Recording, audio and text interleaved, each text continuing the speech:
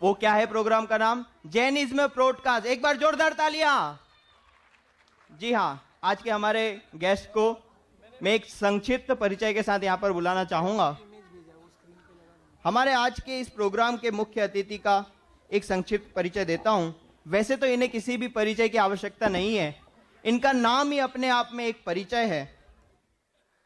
तो भी मैं एक छोटा सा उनके बारे में बताना चाहता हूं कि आप एक लाइफ कोच हैं, ऑथर हैं, एंटरप्रेन्योर ट्रेनर हैं और एक बहुत ही अच्छे मोटिवेशन स्पीकर हैं। आपको 2006 में इंदिरा गांधी प्रियदर्शनी अवार्ड से भी सम्मानित किया गया था। आप कई ट्रस्टों के ट्रस्टी हैं, एक सफल बिजनेसमैन हैं और एक कंप्लीट फैमिली मैन हैं। जी हाँ, आप लोग सब समझ ही गए होंगे कि मैं किसकी बात कर रहा हूं। तो आप सबकी तालियां रुकनी नहीं चाहिए। आप सबकी जोरदार तालियों के बीच में मैं बुलाना चाहता हूं डॉक्टर सुधा प्रकाश जी बारिल का। स्वागत है भाई साहब आपका। बैठिए भाई साहब। दूसरी और कुर्सी नहीं मिली तुम्हें? नहीं, एक बेस्ट मोटिवेशन स्पीकर के लिए एक बेस्ट कुर्सी ही होनी चाहिए। एक बार जोरदार तालियां। ये बेस्ट कुर्सी नहीं है, दूल्हे की कुर्सी है। ये एक राजा की कुर्सी है, जो इस सभा के राजा अभी आप ही हैं। चलिए, तो इस पॉडकास्ट का हमारा मेन उद्देश्य यही था कि इससे हम आदरणीय भाई साहब के बारे में भी जानेंगे और हमारे जैन धर्म के बारे में भी पूरी जानकारी प्राप्त करेंगे। जैसे कि लोगों के छोटे छोटे सवाल होते हैं, उन सबको हम आज यहाँ से जानेंगे।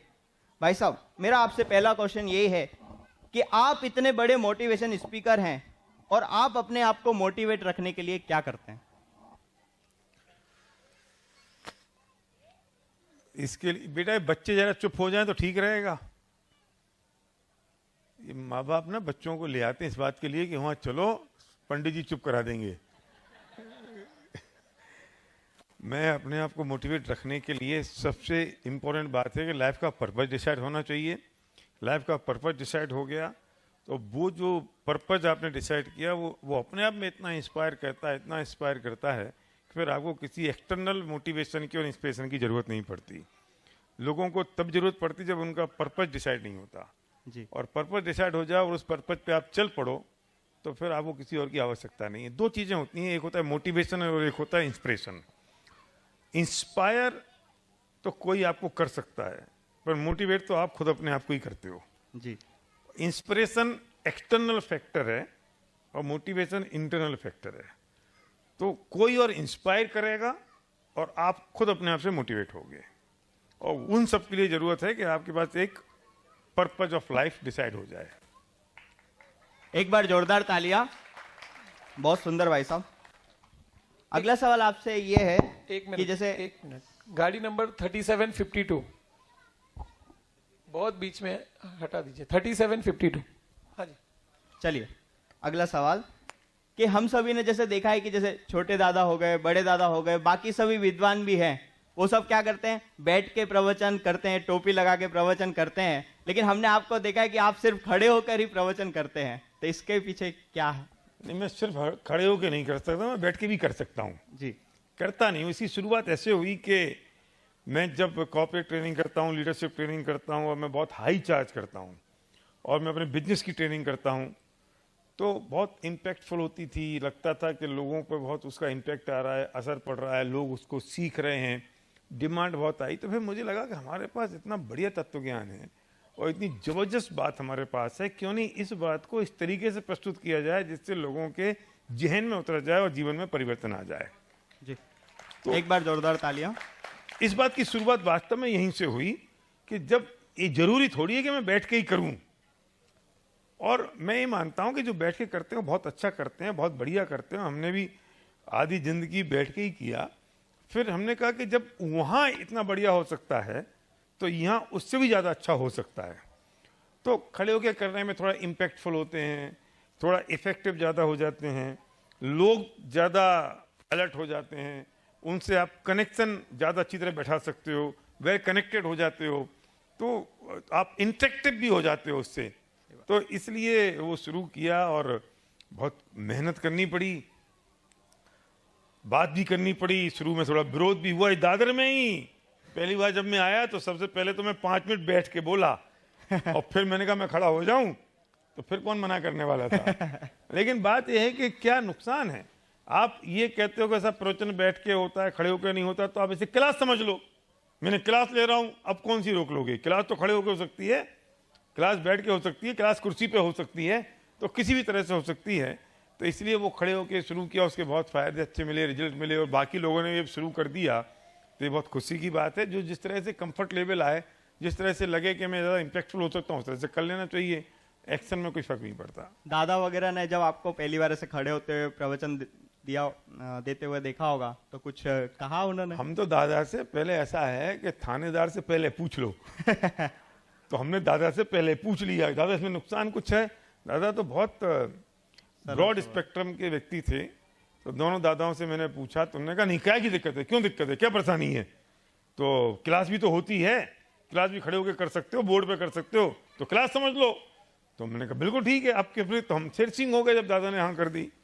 तो कुछ परिवर्तन तो करना चाहिए, और थोड़ा परिवर्तन करें तो समय के हिसाब से अगर परिवर्तन करेंगे, बदलेंगे, तो ज़्यादा उसका इफेक्ट आ सकता है। जी, एक बार जोरदार तालियां आप सभी की। अगला सवाल आपसे है, आपके दोनों ही बच्चे शास्त्री हैं? हाँ बिल्कुल जी। आप इतने संपन्न व्यक्ति हैं हर तरीके से, फिर भी आपने अपने बच्चों को शास्त्री कराने का ही क्यों सोचा? हाँ, ये बात, इसका उत्तर थोड़ा सा लंबा है जी। प्रांजल। तो पहली बात तो ये है कि हमारा बहुत कोई प्रेशर नहीं था। हमारा मन था, संध्या का मन था, दादा मम्मी का मन था कि बच्चे करें, लेकिन प्रेशर से कोई काम नहीं होता। बचपन से जैसे बच्चों का आप नर्चर करो, जैसे आपने नर्चर किया, जैसे पाला पोसा, जैसे संस्कार दिए, तो हम ये चाहते थे कि जीवन में यही सबसे उपयोगी है मनुष्य भाव को सार्थक बनाने के लिए। और बाकी लौकिक के लिए जो कुछ करना हो वो कर सकते हैं, कोई तकलीफ नहीं है। शास्त्री की पढ़ाई के लिए लोगों को एक बहुत बड़ी गलतफहमी है कि पढ़ाई हो गई धर्म की, ये शास्त्री बन गया, लौकिक में क्या किया। पर मैं बता दूं कि शास्त्री की पढ़ाई का मतलब ये है कि आप जैन दर्शन और संस्कृत मीडियम में ग्रेजुएशन करते हो। वो ग्रेजुएशन है, राजस्थान विश्वविद्यालय की डिग्री मिलती है, और उस डिग्री से आप कुछ भी कर सकते हो। आपको तत्व प्रचार करना है वो आप कर सकते हो, आत्मा का कल्याण कर सकते हो, और उस शास्त्री बनने के बाद आपको 56 ग्रंथों का अध्ययन हो गया, स्वाध्याय हो गया, आपने पढ़ लिया, आपको मार्ग मिल गया। अब आपको लगता है कि मुझे आईएएस बनना और एमबीए करना है, मुझे ये करना है, मुझे वो करना है, व्यापार करना है, सीए बनना है, उन सबके रास्ते खुले रहते हैं। हम ये नहीं कहते कि वो करना चाहिए, पर रास्ते तो सारे खुले हैं ना। तो ऐसे ही गाड़ी में जा रहे थे और दादा ने सर्वक से पूछा कि तुम बेटा क्या करना चाहते हो। तो सर्वक ने कहा कि दादा मन तो है कि मैं एमबीए कर लूं। तो दादा बहुत कम बोलते थे, बड़े दादा ने आधी लाइन में बोला कि वो तो कभी भी कर लोगे, पर शास्त्री कभी और नहीं होगी, तो शास्त्री कर लो। और उसी वक्त गाड़ी में बैठे बैठे उसने निर्णय कर लिया, दादा आप कहते हो ये बात तो सच है कि दोबारा कभी नहीं होगी। और उसने कहा कि मैं शास्त्री करूंगा, और शास्त्री करके फिर उसने मास्टर्स किया वॉरिक बिजनेस स्कूल यूके से। जी। वहां चला गया, और बस मतलब अच्छी बात है कि शास्त्री की डिग्री पे वॉरिक बिजनेस स्कूल जो टॉप 25 बिजनेस स्कूल में, वहां एडमिशन मिला, शास्त्री की डिग्री पे मिला एडमिशन। ये बात इन्होंने एक और बार हमें बताई थी जब हम खुद शास्त्री कर रहे थे। बीच में हमें जब सब बच्चों को बैठा के उनसे बात करते हैं कि आपके करियर के बारे में आगे डिस्कस करते हैं कि आगे क्या कर सकते हैं क्या नहीं कर सकते हैं, तभी भाई साहब ने ये बात बताई थी कि कैसे उन्होंने शास्त्री की डिग्री को, जो थोड़ी हिंदी में थी, उसको वापस इंग्लिश में करा के, ट्रांसलेट करा के उसे आगे फिर उसे कराया, फिर उनसे आगे उनका और एडमिशन पहली बार में हुआ टॉप 25 यूनिवर्सिटी में, टॉप यूनिवर्सिटी में हुआ, क्योंकि उनको शास्त्री क्या हुआ, संस्कृत मीडियम का फिलॉसफी का बच्चे मिलते कहाँ हैं, वो उनके लिए बड़ी चीज हो गई। तो वहां जाके मास्टर्स करके आया, मास्टर करके बिजनेस में लग गया, और रोज के हमारा जो तत्व ज्ञान पढ़ा सीखा वो जीवन में उतरता है। रोज की स्वाध्याय, प्रवचन, ये सब काम उसमें हो रहे हैं। तो इसलिए मैं आपसे भी कहना चाहता हूं, आपका बच्चा अगर 8वीं में, 9वीं में और 10वीं में है तो ले आओ उसे एक बार जयपुर, उसे दिखा दो क्या होते हैं शास्त्री, उसे बताओ कि शास्त्री बनना क्या होता है। ये मोक्ष का मार्ग है, मोक्ष का मार्ग आपने शुरू कर दिया, उस रास्ते पे आप आ गए, और लौकिक के लिए जो करना हो उसको करते रहना ना। हमारे सारे साथी विद्वान जो हैं, जो पढ़ा रहे हैं या टीचर हैं या प्रांजल भी है जो काम कर रहा है, वे सबके सब रोज के घंटे 2 घंटे तो आत्मानुभूति और तत्व प्रचार में डालते ही है ना। तो इसलिए उससे घबराने की आवश्यकता नहीं है कि हो पाएगा नहीं हो पाएगा, कर पाएगा नहीं कर पाएगा। वो बिल्कुल डिग्री है, बाकायदा डिग्री है, और उसमें हमारे कितने शास्त्री विद्वान कितनी बड़ी बड़ी जगह पहुंच गए। कोई प्रोफेसर यूनिवर्सिटी के, कोई डीन हैं, कोई सीए हैं, और इन सब के साथ साथ वो टीचर्स हैं हमारे। हर दिन वे अपने तत्व चर्चा में लग्न हैं, मग्न हैं, वे अपने पाठशाला पढ़ाते हैं, वे प्रवचन करते हैं, वे सब काम करते हैं इसके साथ साथ। तो जब सर्वज्ञ ने किया तो अभी वो सर्वदर्शी जो मेरी बिटिया है, जैसे हम घर पे सिद्धि कहते हैं, उसने भी मन बना लिया कि मुझे भी फिर शास्त्री करनी है। तो उसने शास्त्री की, और उसके बाद उसे कुछ फैशन में जाने का मन था, तो वो लंदन चली गई। लंदन में कुछ अपना एक कोर्स करके आई, अब उसने अपना शुरू कर दिया। तो वो कहाँ शास्त्री करके वो भी तो हो सकता है जी। लेकिन अब हमारे अगर दिल से पूछो तो मैं अपने आप को सबसे सौभाग्यशाली इसलिए मानता हूं कि अब दादा थे, अभी चले गए, मम्मी, मैं, संध्या, दोनों बच्चे, शास्त्री, चेरी, जो परिवार की मैं अगर बात करूं तो वे सारे बच्चों का संस्कार, विचार, बुद्धि और जो वातावरण है वो बिल्कुल तत्वमय है।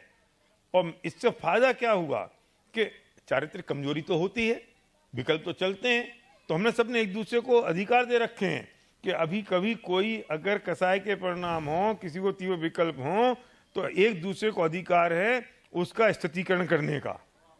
तुम करो, क्योंकि मुझे कोई विकल्प चला, तीव्र विकल्प चला, कुछ चल गया, तो कोई तो कहे मुझसे, ये कहने वाला कह रहे पापा जाने दो ना, छोड़ो, जो होना है वो निश्चित है, एकदम दूसरी तरफ का नहीं करता। क्योंकि जब कसाय के परिणाम चलते हैं तो वो कहने विचार आता नहीं है। लेकिन घर का माहौल ऐसा बन जाए और सब लोग एक ही रंग में रंगे हों, तो इससे बढ़िया और क्या बात हो सकती है। और इससे अद्भुत कोई चीज नहीं और हो आपका सकती। तो पूरा परिवार ही मतलब संपन्न है हर क्षेत्र में। जी। अब इसी बाकी से क्षेत्रों की संपन्नता तो पुण्य पाप के अधीन है, वो होती रहती, आती रहती, जाती रहती है। अभी तुमने बात करी कि हम उसमें मग्न हैं कि नहीं हैं, हम उसमें अनासक्ति से भोग रहे हैं कि आसक्ति से भोग रहे हैं। लेकिन असली निधि तो ये है कि जब वो, और यही हुआ हमारे पूरे भारत खानदान में, जो दूसरी पीढ़ी आई उसमें अधिकतर बच्चों ने, मतलब 80-90% बच्चों ने सबने शास्त्री किया।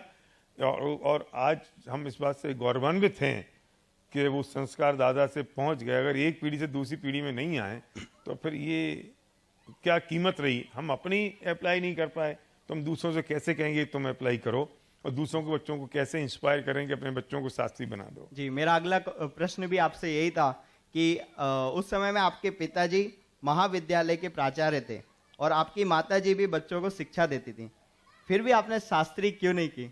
हमने शास्त्री नहीं की जी। हमने नहीं करी, परमात्मा ने नहीं करी, अध्यात्म ने नहीं करी, अनुभव प्रकाश ने नहीं करी। अकेले हम ही नहीं है दोषी जी।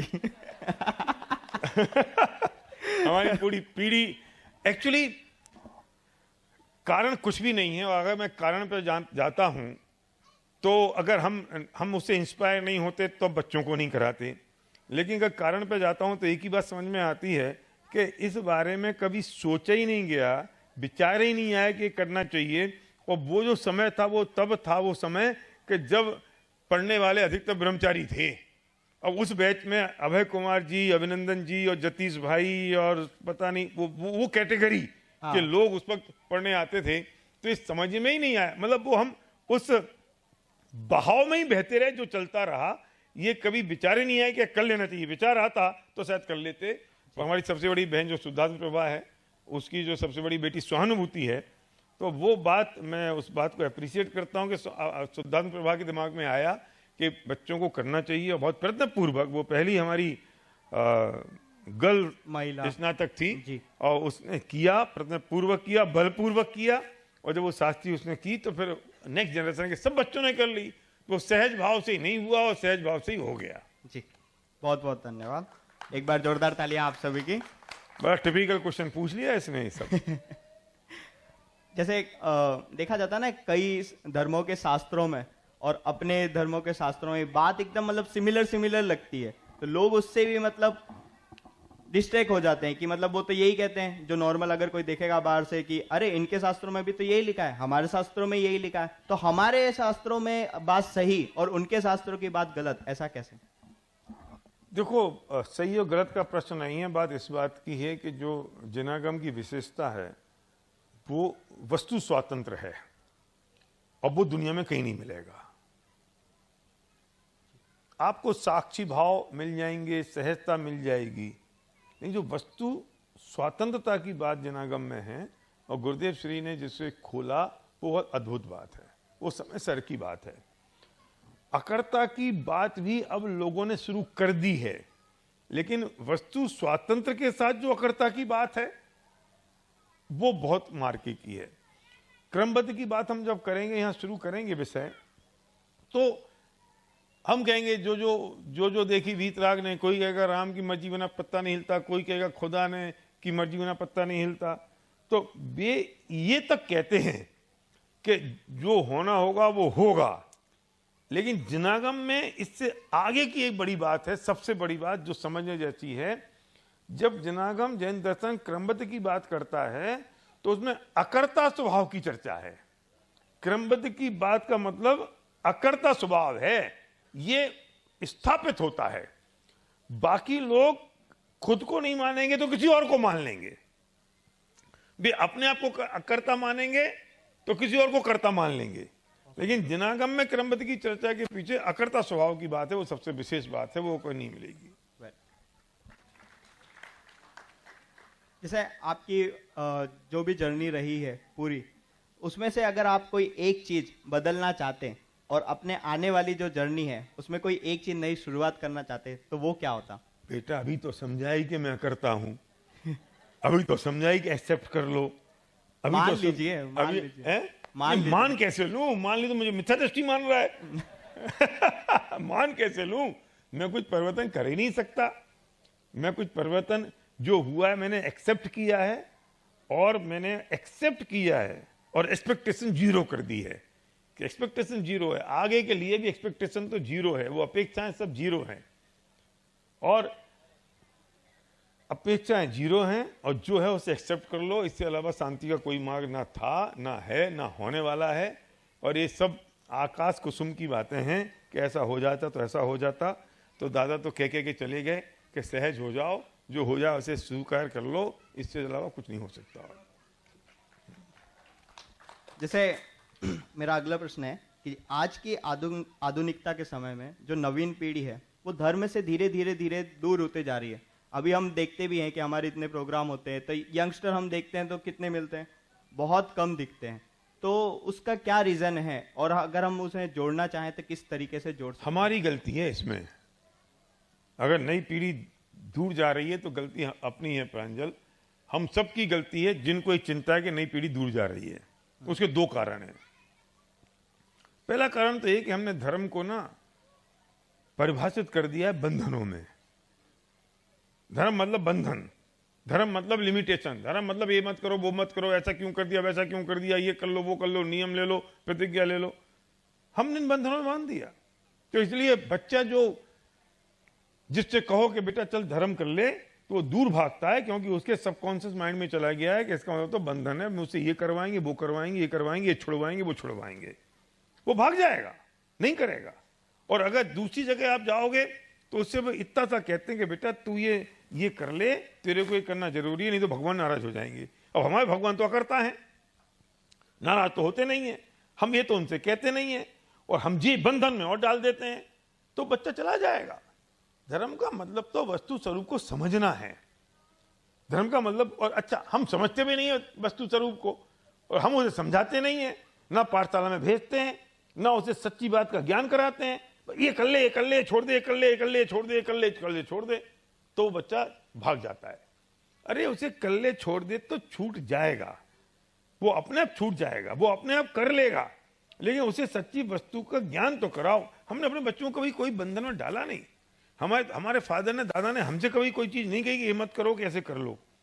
अपना व्यवहार ऐसा रखा, अपने घर का वातावरण ऐसा रखा कि जिससे वो हमें पड़ गए संस्कार।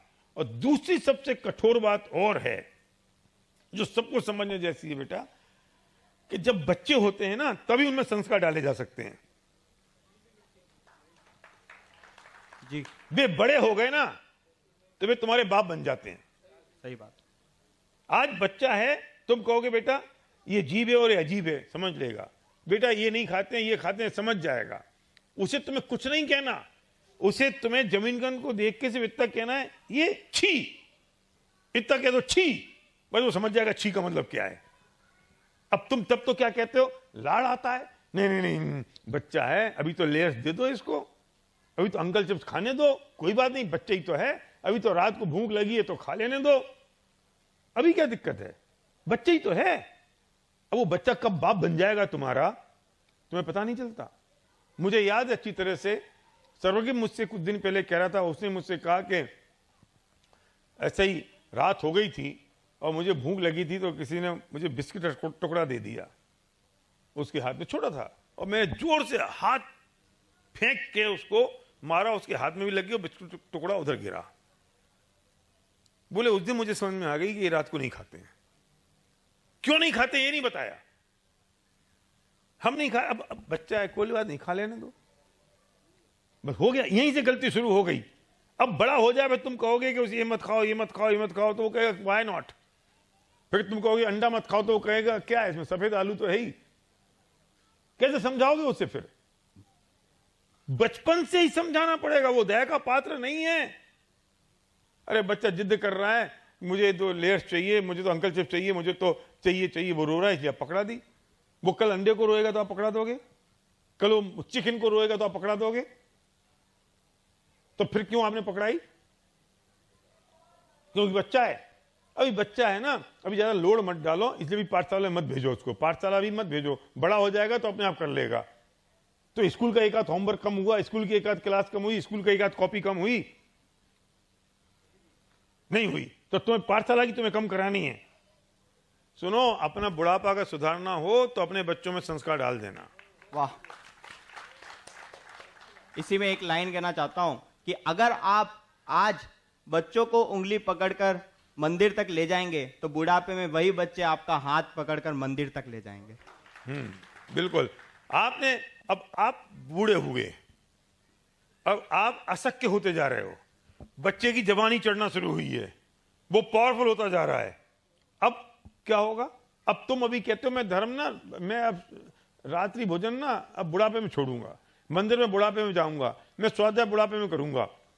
अब तब तुमने छोड़ दिया, अब वो पीक पर है अपनी जवानी के, संस्कार जीरो हैं उसके पास। अब तुम कहते हो कि मैं तो शाम को 6 बजे खाना खाऊंगा, जमीन का नहीं खाऊंगा। अब बहू कहती है क्या यार ये बुढ़े को हो गया है, वो पीक पर है। अब हम इसके लिए, इनके लिए अलग सब्जी बनाएं, अब इनके लिए हम 6 बजे अलग बनाएं और अपने लिए 9 बजे अलग बनाएं, हमसे नहीं होगा, वो अलग हो जाएगी, और नहीं होगी तो तुमको खाना पड़ेगा। अरे क्या ये नहीं हो सकते हैं कि सब लोग एक साथ 6 बजे डाइनिंग टेबल पर बैठ के खाएं? ये नहीं हो सकता कि सारे सारे एक सब्जी में ही खाएं, एक ही चीज खाएं? वे तब से चलेंगे संस्कार, तब होगा। तुम्हारा बुढ़ापा खराब हो जाएगा अगर तुमने अपने बच्चों को संस्कार नहीं दिए तो। जी, इसी से रिलेटेड मेरा एक और प्रश्न मैं ऐड करना चाहता हूं कि जैसे आज के समय में दूसरे बच्चे हैं वो वेस्टर्न कल्चर को बहुत ज्यादा अपना रहे हैं, जैसे पार्टियों में जाना, इधर घूमना, उधर घूमना, जितने ही वेस्टर्न कल्चर है उसको धीरे धीरे ज्यादा लोग अपना रहे हैं, और उसको अपनाते हुए वो अपने आप को इतना प्राउड फील करते हैं। अगर उन्हें, मतलब अगर कोई बच्चा मंदिर जी जा रहा हो तो उसे कैसे, अरे तू तो मंदिर जाता है, तो लोग उसकी हंसी उड़ाते हैं, ठीक है। और वहीं अगर वो कहीं रात को घूमने जा रहा है, क्लबों में जा रहा है, पार्टियां कर रहा है, तो लोग इतना उसको कोई इशू नहीं बनाते। तो इस सब से बचने का क्या उपाय? ये सब तो इफेक्ट है, कॉज तो ये था कि तुमने उन्हें संस्कार नहीं दिए, और तुमने जो संस्कार थे उनको बड़ा नहीं बनाया, उनको महान नहीं बनाया। आज हम भी, अभी हमारी भी जवानी है बेटा, हम बूढ़े नहीं हुए हैं ठीक, हमारी भी जवानी है। हम अगर बैठे हैं और कोई आदमी सामने कुछ भी कर रहा है तो मुझे इन्फिनिटी कॉम्प्लेक्स आता है कि मुझे सुपरिटी कॉम्प्लेक्स आता है?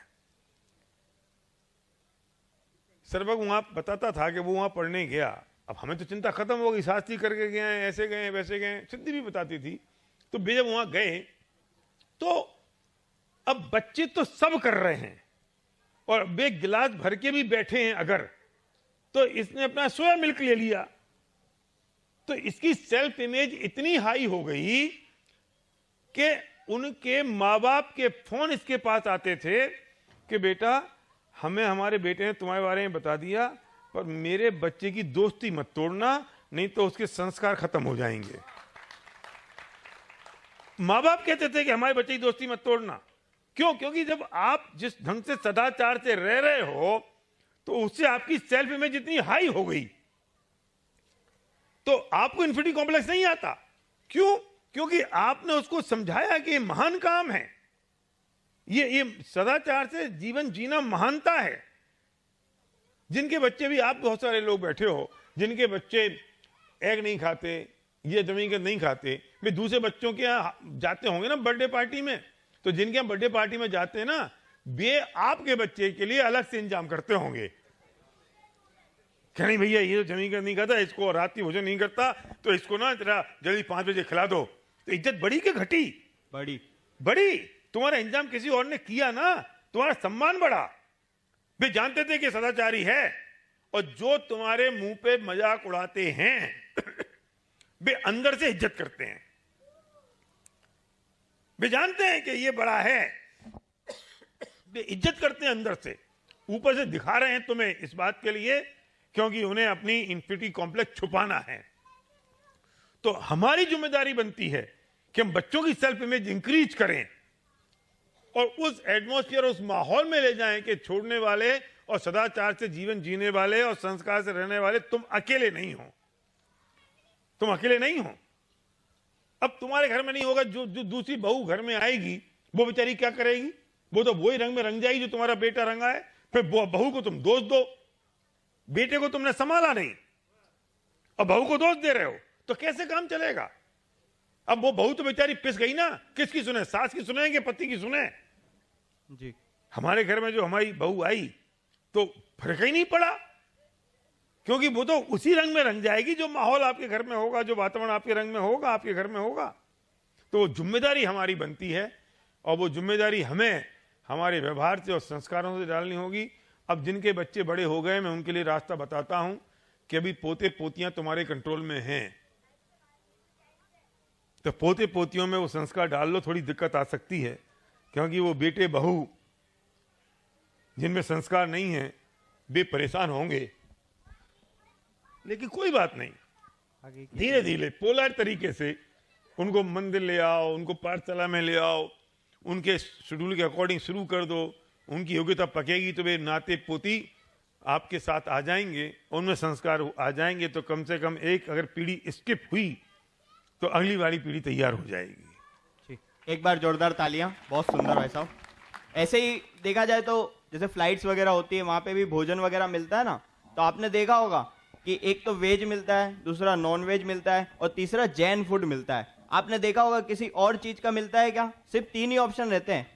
और सोचो कितने प्राउड की बात है कि जब आप लोग कहते हैं कि मुझे जैन फूड चाहिए, और आपके मैंने तो कई जगह देखा है कि जैसे हम लोग बोलते हैं ना जैन फूड, तो इतने जो नॉन जैन भी होते हैं ना, तो वो भी देख के एक बार खाते हैं, उनको बहुत अच्छा लगता है, वो बार बार और खाने लग जाते हैं। और आपने देखा होगा आजकल कितने बड़े बड़े सेलिब्रिटी हैं, कितने बड़े बड़े लोग हैं जो पहले नॉन वेज थे और आज वो सब वेगन बन गए।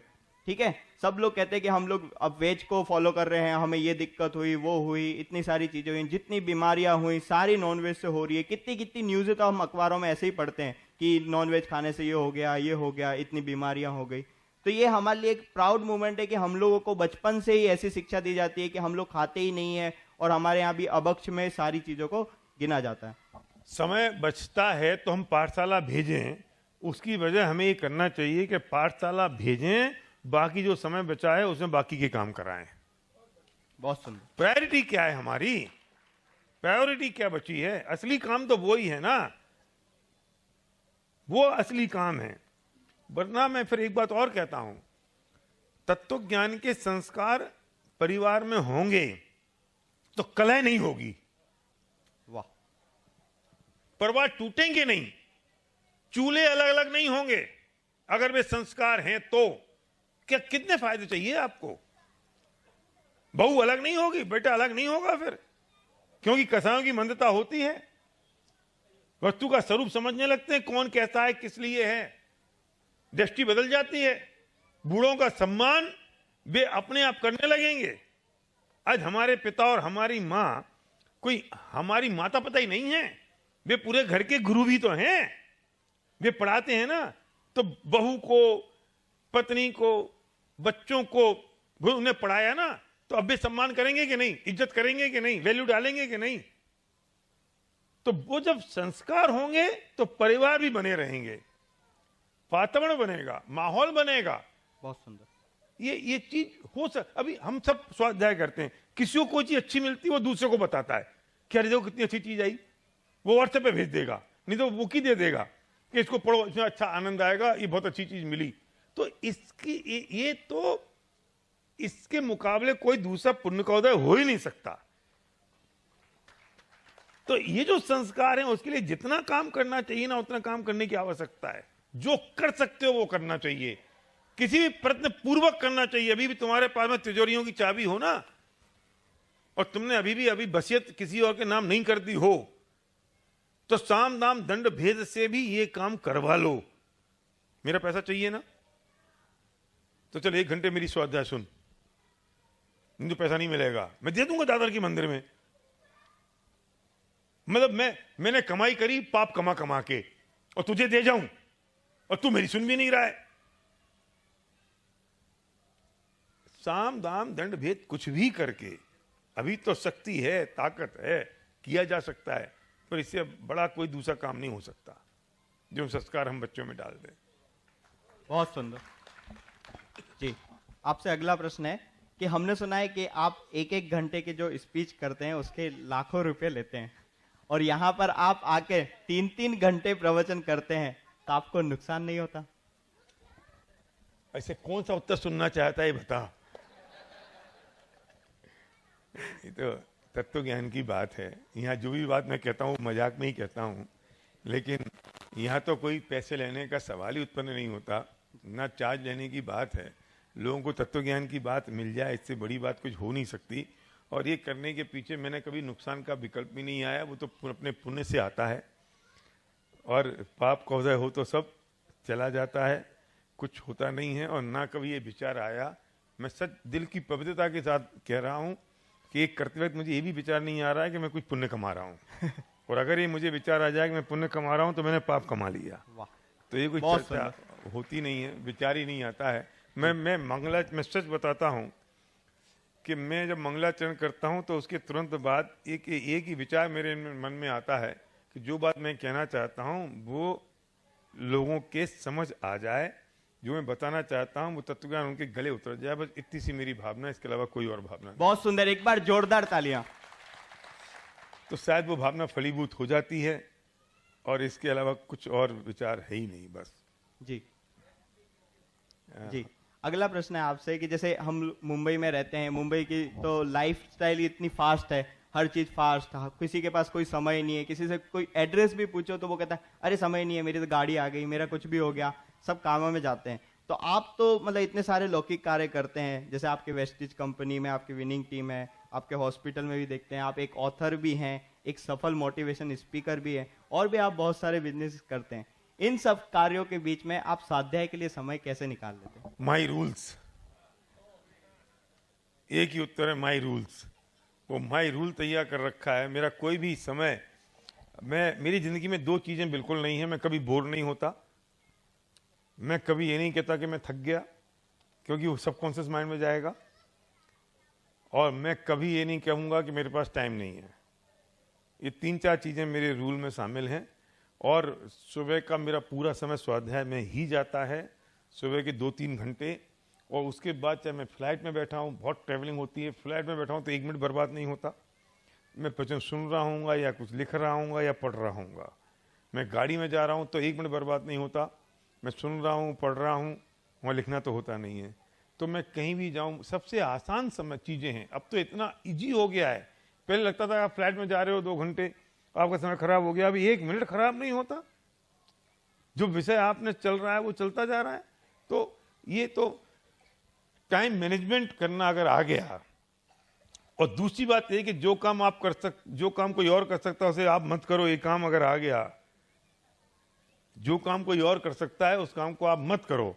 ये चीज अगर आ गई तो आपको समय ही समय आपके पास है, आप कभी व्यस्त नहीं होते। एक खास बात और है हिंदुस्तान में, बता दूं, 10,000 रुपये महीना एक्स्ट्रा खर्च करने की मेंटेलिटी बना लो, तुम राजा की तरह जिंदगी जियोगे। वाह। इस सारी जो समय की बर्बादी और घिचर पिचर, ये किस बात के लिए होता है? कोई लाखों नहीं बचाते हो। सब्जी वाले के पास गए, सब्जी वाले ने कह दिया टमाटर 20 रुपए किलो है, 17 में दे दे। वो कहता है नहीं नहीं नहीं नहीं नहीं नहीं 19 में ले जाओ, चल 18 में दे दे। क्या कर रहे हो? तुमने 10 मिनट खराब कर दिए। कितने रुपए बचाए शांति भाई? कितने बचा लिए? 2 रुपए। पूरे महीने भर जो सब्जी वाले ने मांगा वो दे दो। कितने रुपए खर्च कर लोगे? 1000 रुपट्टी कुल पूरे महीने भर में। और शांति कितनी? शांति कितनी? बहुत सारे। और वो सब्जी वाला सलूट और मारेगा, बाबूजी आ गए। और बनना क्या, एक कुंजड़ है यार, पता नहीं होगा सेठ अपने घर का, फ्रेश सब्जी भी देगा। वो गाली और बकता है, 2 रुपए घिचपिच करता है। ये तुम्हारे वो पैसे किस काम आए? समझ वाले जो तुझार दी तुम्हारी, तुम कुली से करते हो। कितने रुपए के लिए कर रहे हो कुली से? स्टेशन पे उतर गए, अब वो कुली को आवाज लगाई, कुली सामान देख के बोलता 200 रुपए। पागल है क्या? 100 ले ले। तुम्हें पता है 100 नहीं लगेंगे। और वो कुली भी होशियार है, वो वहीं खंबे पे बैठ जाता है। और फिर तुम कहते हो चलो मैं उठा लूंगा। तुम्हारे बस की उठाना है? उठाते हो 2 सूटकेस। वो बैठा रहता है, वो देखता है बीड़ी पीता पीता कि तुम क्या कर रहे हो। और थोड़े से आगे गए तो फिर तुम, अरे यार आ जाना यार, 150 ले ले। वो कहता है बाबूजी 200 से कम नहीं लगेंगे। फिर झक मरा के आधा घंटा खिंचे पिचर करके माथा पच्ची करके कितने रुपए बचाए? कितने बचा लोगे बताओ तो सही। वो काम वाली बाई जो 2000 रुपए मांगती है, उसे तुम 1800 रुपए देते हो, वो घिचपिच करती रहती है, उसे 2500 दे दो ना। वो कहीं से दूसरे जगह छुट्टी कर देगी, तुम्हारे यहां छुट्टी नहीं करेगी। कितने बचा लोगे? ये 10-10, 5-5, 100-100, 50-50 रुपए की जरा गिफ्ट बांट दो ना, जरा लोगों को बख्शिश दे दो ना, टिप दे दो ना। वे सारे सैल्यूट मारते फिरेंगे तुम्हें। तुम्हारी जिंदगी कंफर्टेबल हो जाएगी, तुम्हारी आकुलताएं कम होंगी, अशांति कम होगी, स्ट्रेस कम होगा। नहीं तो बाहर जाओगे अभी ऑटो वाले से घिचे पिचे करना शुरू कर दोगे। कितने रुपए बचाए? 10,000। और 10-20 हजार रुपए में पूरा हिंदुस्तान में इंसान मिलता है 12 घंटे काम करने के लिए। बहुत सही। 10-20 हजार रुपए में, 25,000 रुपए में। और जो करवाना, टेंशन दे दो ना उसको, लेगा ना वो तुम्हारी टेंशन। टेंशन के लिए आदमी मिलते हैं हिंदुस्तान में, और वो काम तुम कर रहे हो। बैंक की लाइन में लगे पड़े हो, स्लिप भर रहे हो, पर्ची भर रहे हो। काय के लिए भर रहे हो? आदमी नहीं भर सकते तो वो तुम्हारा समय निकाल के स्वाध्याय में लगा दो ना। वो जो घर का झाड़ू पोंछे करने में इसलिए करते हैं, नहीं थोड़ा सा एक्सरसाइज हो जाती है। ये एक्सरसाइज के नाम पे जो झाड़ू पोंछा करते हो, वो एक्सरसाइज जाके जिम में कर लो या गार्डन में कर आओ, यहाँ किसी और का पेट पालने दो। और भाई साहब ऐसे ही कहीं बड़ी दुकानों में जाते हैं तो वहां तो कोई मोल भाव नहीं करते, उन्होंने जितना कहा उतना ही। हाँ सही क्योंकि बात। वहां पे तो शर्म आती है। अब वो करने भी नहीं देगा। हाँ, वो कहेगा लेना है तो लो, नहीं तो आगे वाली। ये एटीट्यूड की बात है। 10-20 हजार रुपए का एटीट्यूड दिमाग में रख लो कि खर्च करना है, बस आपकी जिंदगी कंफर्टेबल हो जाएगी। क्योंकि जो स्ट्रेस है और घिचर पिचर है वो 10-5 हजार के लिए ही है, उससे ज्यादा नहीं है वो। बहुत सुंदर, एक बार जोरदार तालियां। आप ट्रेन में जा रहे हो, अब ट्रेन में गए और वो आप एसी में बैठे हो और वो अटेंडेंट आया, आते ही उसको पहले 100 रुपए दे दिए, रास्ते भर आपकी सेवा करता फिरेगा वो। चद्दर लगाएगा, चद्दर बिछाएगा, वरना कुड़ते रहो। चद्दर गंदे हैं, चद्दर खराब हो गए। वो तुम जो कुड़ रहे हो ना, अपनी पीस खत्म कर रहे हो, अपनी शांति खराब कर रहे हो। उस वक्त शांति रहेगी, पीस ही तो कुछ पढ़ोगे, लिखोगे, बात करोगे, वो आपका ख्याल रखेगा, वो सेवा करेगा आपकी। अब 20,000 25,000 में ड्राइवर मिल जाते होंगे बंबई में, 30,000 में मिल जाएंगे। रख लो बढ़िया ड्राइवर। कहां ट्रैफिक के चक्कर में फंसे हो, उलझो ट्रैफिक के चक्कर में। वो गाड़ी चलाएगा, तुम पीछे बैठ के मोक्षा पका तक पड़ना। और क्या हो जाएगा? बचाने से कोई अमीर नहीं बना आज तक, कमाने से ही अमीर बनते हैं। वाह, बहुत सुंदर। ये इन्होंने इनडायरेक्टली अपना सीक्रेट बता दिया है। जो समझ गए, समझदार को इशारा ही काफी होता है। चलिए, बहुत सुंदर, एक बार जोरदार तालियां। जी, आपने एक दिन अपने प्रवचन में कहा था कि एक समय में मेरे पास ईएमआई भरने तक के पैसे नहीं थे, और आज आपके पास पोर्श कार है, इतने सक्सेसफुल हैं, तो इस सब का सीक्रेट क्या है? पुण्य का उदय। पुण्य का उदय। बहुत सुंदर। अब पाप का उदय आया था तो ऐसा हो गया था, फिर पुण्य का उदय आया तो ऐसा हो गया। अब मैं करने वाला था तब भी मैं ही था, और बाद में भी मैं ही था करने वाला। मेरे करने से होता तो पहले हो जाता, और नहीं करने से होता तो अभी नहीं होता। मैंने बहुत सोचा इस पे बेटा, बहुत सोचा, बहुत किया, अंत में उसी निष्कर्ष पर पहुंचा। मैं तो वही था, मेरे करने से होता तब हो जाता ना, कुछ नहीं हुआ। अब हो गया तो मेरे कहने से क्या हो गया है? उदय आया, अपने हिसाब से आ गया, संयोग इकट्ठे हो गए, चले गए। मैं अभी भी इसके बावजूद भी मैं महीने में, कमल जी, 1 या 2 बार अपने बच्चों से कहता हूं ये बात, सबके साथ बैठ के, कि अभी जो उदय है उसे तुम अनासक्ति से भोग लो। कल अगर उदय क्षीण हुआ तो ये सब चला जाएगा, तो सामने फुटपाथ पे सूखी रोटी हरी मिर्ची के साथ खाएंगे, तब भी उतने ही प्रसन्न रहना जितने आज हो। वाह, ये बात दिमाग में मरी रहनी चाहिए। और मैं भी कहता हूं, नहीं ऐसी बात क्यों कर रहे हो? अरे है ना, वस्तु का स्वरूप ही ऐसा है। पुण्य पाप का उदय आएगा तब नहीं, पुण्य क्षीण होगा तभी। पाप के उदय आने की कल्पना मत करो, पुण्य क्षीण हो जाएगा, चला जाएगा, हो गया ना, फिर हो जाएगा, क्या फर्क पड़ता है? जी, बहुत सुंदर, एक बार जोरदार तालियां आप सभी का। अगला प्रश्न है दान के विषय में, कि जैसे कि हम सभी लोग इतने संकुलों, मंदिरों में दान देते हैं, वहीं किसी साधर्मी जो आर्थिक स्थिति से कमजोर है और उसे पैसे की आवश्यकता है, तो इससे उसकी मदद, मतलब हम सबको उसकी मदद करनी चाहिए कि नहीं करनी चाहिए? इस पर आपके क्या विचार है? नहीं, बिल्कुल करनी चाहिए। ये तो मदद, तो ये तो दया के परिणाम हैं। और मंदिर में दान दे दो, और आपके बगल में जो आपका साधन में भूखा मर रहा हो, तो ऐसे मंदिर में दान देने से कोई फायदा नहीं है। बिल्कुल। युगल जी के प्रवचन में कई बार ये बात आई कि भैया पहले घर की शांति चाहिए। वो तो ये भी कहते थे कि अगर तू सास बहू से झगड़ा करके मंदिर आ रही है तो नहीं आ मंदिर, घर की शांति पहले बना ले। आकुलता तो वहां हो रही है, आकुलता का दोष लगेगा, मंदिर में आके तब पुण्य नहीं लग जाएगा। इसका मतलब ये नहीं कि मंदिर आने से मना कर रहे हैं, पर क्या करके क्या आ रहे हैं वो है, उससे वो मैनेज करके आओ। तो भैया साधर्मी भूखा हो, है ना, और हम मंदिर में दान दे रहे हैं इस बात के लिए क्योंकि मेरा नाम लिखा जाएगा, और इसको पैसे दे के अगर नाम नहीं होगा तो तूने पाप कमा लिया मंदिर में पैसा दे के भी। लेकिन दया के परिणाम हो तो फिर तुझे तो करनी ही चाहिए, मदद करनी ही चाहिए। जिसकी जितनी मदद की जा सकती है उतनी करनी ही चाहिए। और जितना पैसा संकुल में जाना होगा, मंदिर में जाना होगा, अपनी योग्यता से जाएगा। और वहां इसका पेट भर जाता है 2, 4, 5 हजार 10 हजार में, वहां 2, 4, 5 हजार में काम नहीं होता। तो हम कहते हैं दोनों ही काम क्यों नहीं कर दो, वो भी कर दो, ये भी कर दो, दोनों में चॉइस क्यों करना है? अपनी शक्ति के अनुसार दोनों काम परिस्थिति और समय के साथ कर देना चाहिए। बहुत सुंदर, एक बार जोरदार तालियां। आपके लिए एक छोटा सा सरप्राइज भी है मेरे अंतिम क्वेश्चन के बाद। अच्छा जी। मैं गिफ्ट है या क्वेश्चन है सरप्राइज में? नहीं, है, सरप्राइज ही है, अभी आपको बताएंगे। अच्छा भाई साहब, आप इतने अच्छे मोटिवेशन स्पीकर हैं, तो आपके सभी जगह बहुत सारे चाहने वाले हैं, तो कोई एक ऐसा फैन मूवमेंट या ऐसा कुछ आपके साथ हुई घटना? बेटा ऐसे तो बहुत सारे हैं, गिनती नहीं है। कोई एक आप हमारे सबके साथ शेयर करना चाहते? मुझे कहने में बहुत संकोच होता है, अच्छा नहीं लगता बताने में मुझे अपने मुंह से। लोगों ने हमारे संध्या के फोटो अपने घरों में लगा रखे हैं। वाह, बहुत सुंदर।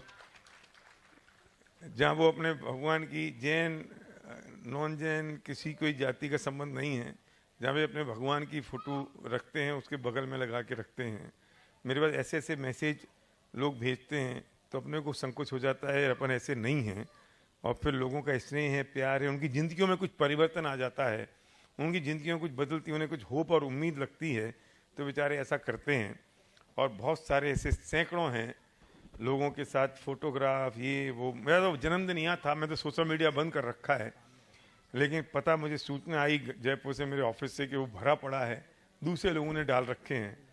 तो पवित्रता के साथ आप काम करो तो शायद बम्बई का ही कोई केस था, किसी ने बताया था कि कोई मेरा परिचित ऑटो में बैठा, बम्बई के किसी ऑटो में, और वो बोला मैं पूजा कर रहा हूँ, रुक जाओ जरा, और वो पूजा अगरबत्ती से कर रहा था। तो पूजा खत्म हो गई तो वो व्यक्ति बैठा ऑटो में, तो सामने जो जिसकी पूजा कर रहा था तो वहाँ पे 2-3 भगवानों की फोटो और मेरी और संध्या की फोटो लगी थी। वाह, वो बोलता क्या है कि moment ये है। क्या तुम इनकी पूजा कर रहे थे? तो बोले आप इनको जानते हो? बोले हाँ जानते हैं। तो ये मेरी बात करा देना अगर आप जानते हो तो। अब मैं तो दोनों को नहीं जानता हूँ मैं, ये मुझे कई दिन बाद पता चला। तो ये कतई कोई चीज़ हमारे सिर पे नहीं चढ़ती, ना दिमाग पे चढ़ती, ना उसका कोई विकल्प आता है। यश कीर्ति का उदय होगा, आपको अनुकूलता लगती होगी तो आपको पुण्य का उदय है, नहीं लगती होगी तो आपके नहीं है। लोगों की भावनाएं होती हैं, उनकी जिंदगी में कुछ परिवर्तन आता है तो लोगों की भावनाएं बन जाती हैं, इसमें हमारे करने नहीं करने से कुछ नहीं होता। तो फॉलोअरशिप तो ऐसी है, कुछ नहीं कह सकते। बहुत सुंदर। तो आप भी अपने स्पीचों में यही बात कहते हैं कि जिस दिन ये सारी बात अगर मेरे सिर पे चढ़ गई तो उस दिन मैं सक्सेसफुल नहीं रह पाऊंगा, उस दिन मैं सक्सेस मेरी सारी चली जाएगी। आपके लिए सरप्राइज ये था कि हमारे पास आपकी कुछ तस्वीरें हैं जिसे आपको देख के बताना है कि ये कहाँ कब की है।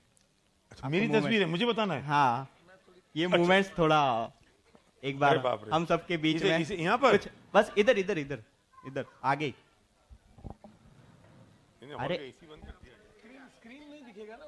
दिखेगा दिखेगा, थोड़ा इधर नॉर्मल इधर रखो सामने। वो यार दिख नहीं रहा। अरे बैठ, ये खड़ा होकर तो कोई हटा। नहीं नहीं, अरे दिखेगा नहीं पीछे लोगों को। ठीक है ठीक है। मैं कर रहा हूँ। ठीक है, हाँ कोई बात जी, नहीं। पहली तस्वीर।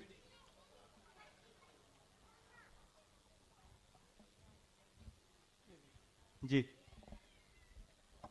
ये हमारा एक फंक्शन होता है, बिजनेस फंक्शन, जिसमें 8-10 हजार लोग होते हैं। पेड होता है, लगभग 3-4 हजार रुपए का टिकट होता है 3 दिन का। तो हम पूरी फैमिली उसमें हमारा जो हमारी कंपनी है उसका फ्लैग है, वो फ्लैग हम कर रहे हैं। वो फंक्शन है, शायद ये दिल्ली या हैदराबाद का होगा। बहुत ह्यूज फंक्शन होता है 3 दिन का। नेक्स्ट तस्वीर ये देखिए, मैं कितनी सुंदर तस्वीर है, एक बार जोरदार तालियां। पता नहीं कहाँ कहाँ से तुमने तस्वीर निकाल ली। ये मैं एक प्रोग्राम था, ट्रेनिंग का प्रोग्राम था, तो मम्मी को भी हम ले जाते हैं जहाँ संभव होता है और वो उनकी तबीयत ठीक होती है। तो मैं स्टेज पे जा रहा था बोलने के लिए, उनके पैर छू के तो उन्हें गले से लगा लिया और फोटोग्राफर ने वो वाह, कितना तस्वीर सुंदर खींच ली। मूवमेंट है। नेक्स्ट। हाँ, ये तो पूरा परिवार है हमारा। ये कितने समय पुराने की? ये 2004 की तस्वीर है। 2004 की। 2004 मतलब 20 साल हो गए। हाँ। 20 साल। चलिए नेक्स्ट। ये मुझे कोई अवार्ड मिला था और मेरे जो बिजनेस एसोसिएट थे उन्होंने उसे सेलिब्रेट किया। तो मम्मी भी वहाँ थी उस प्रोग्राम में। तो मम्मी आई और फिर मम्मी ने बोला भी, वो यूट्यूब पे पड़ा है, एसपी भारत की माँ ने दी सीख, वाह, और उसे करोड़ों व्यूज हैं उसके। वो तो बहुत जबरदस्त वायरल हो गया वो फेसबुक पे और यूट्यूब पे। जी। तब आप Next. ऐसा कुछ काम कर लो जब आपके पेरेंट्स को आपको प्राउड फील हो, आपके बच्चों को आप पर प्राउड फील हो, तो लगता है कि कुछ आप सही जगह पर हो। भाई साहब इन्हें पहचानते हैं? अरे अरे बाप रे, ये तो मेरे शादी के पहले की तस्वीर होगी। मैं को ये कहाँ मिल गई बेटा तुम्हें? प्रांजल तो बड़ा बदमाश निकला। ये तो हर जगह कांटेक्ट है भाई साहब, सब मिल जाता है। अच्छा, ये तो मेरे पास भी नहीं होगी। ये 2000 नहीं, ये तो 85 के आसपास की तस्वीर है। अब लग रहा होगा मतलब मैं हूं नहीं। चलिए अगली तस्वीर। ये इसे एक सेकंड। अच्छा, ये वो तस्वीर है जब हम 2000 नहीं, ये 85 और 86 में बनारसी दास जी का 400वां वर्ष बना रहे थे। उनको 400 साल हुए थे। मैं सन आगे पीछे कर सकता हूं। तो उस वक्त मैं बनारसी दास जी पर कुछ बोल रहा था और ये बात होगी 84 85 के आसपास की, 86 के आसपास की, उस वक्त की तस्वीर है। स्मारक में बोल रहा हूँ, स्मारक की है ये। हाँ आगे नेक्स्ट। इसे रोटेट करो यार। हाँ ऊपर से हो जाएगा, इधर इधर, ये सेकंड नंबर का। हाँ एक और बार, एक और, बस। हाँ ये मैं बैठा हुआ हूँ, पीछे अध्यात्म प्रकाश जी बैठे हैं, वो परमात्म प्रकाश जी बैठे हैं। और ये तस्वीर तो मुझे लगता है कि दादा का जो गांव था बड़ौदा स्वामी, दादा जहाँ जन्म हुआ दादा का, उस जगह किसी प्रोग्राम में हम लोग गए थे, वहाँ की तस्वीर है। वाह, बहुत पुरानी तस्वीर है। उस समय से और आज देखने में इतना ज्यादा फर्क दिखता नहीं है वैसा। मेरे में हाँ हाँ, मैं एंटी एजिंग ट्रीटमेंट लेता हूँ ना मैं। चलिए अगली फोटो। हाँ ये दादा है और सर्वज्ञ है, और ये बिटिया सिद्धि है। और ये जब लगभग 28 साल पुरानी पिक्चर होगी है। बहुत 27 सुंदर। साल चला भाई। नेक्स्ट हो गया, चलिए। चलो बहुत बढ़िया। मैं सोचा पता नहीं कहाँ से ले आएगा, कौन कौन सी